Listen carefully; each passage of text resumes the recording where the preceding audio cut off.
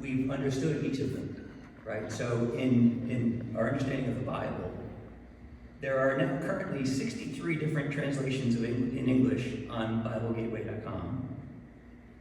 The oldest of those is the King James.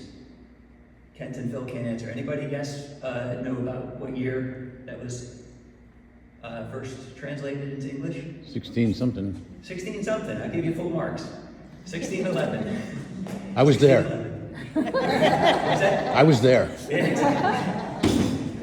So 1611, the first English translation that is currently still available on Bible Gateway. The next most recent translation is the Amplified version. Anybody guess when that came out?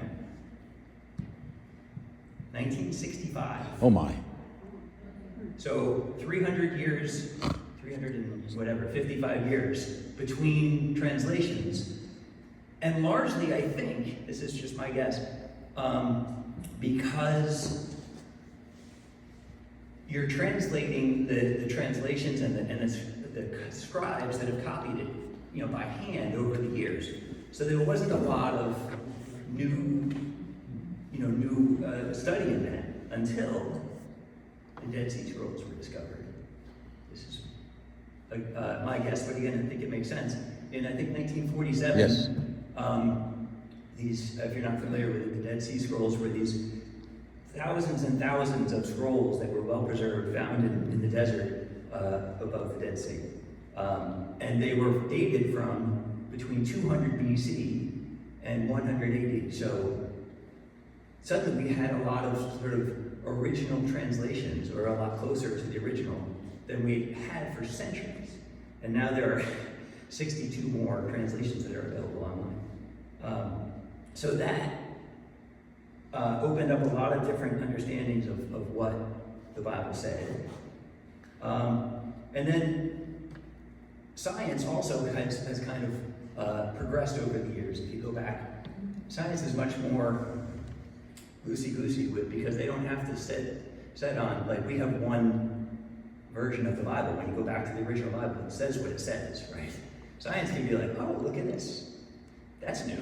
We can change our entire theory based on this new discovery, right? So, if you go back to,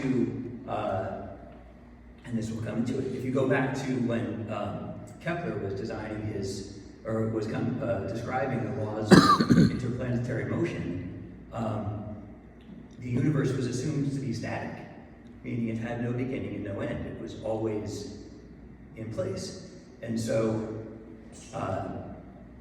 it was the laws of, and Newton as well, is what I was trying to say. Excuse me. The laws of the preservation of matter and energy, right? And so I think if Newton was describing those laws for the first time now, or if we had understood that there was a Big Bang, it wouldn't say the law of preservation of matter and energy, because now, over the centuries, especially over the last 100 years or so, many scientists have really struggled to understand or to explain why it looks like the whole thing came from nothing, which is in direct violation of Newton's law. So a law is, if you don't know, a scientific law is always true. And in Newton's case, it's always true except for the one time, which makes it not a law anymore. So problematic. Problematic for many scientists. But so anyway, a casual reading of Genesis chapter 1 will create a lot. It's very obvious that there's a lot of similarities between Genesis and the order of appearance, if you will, from our scientific understanding.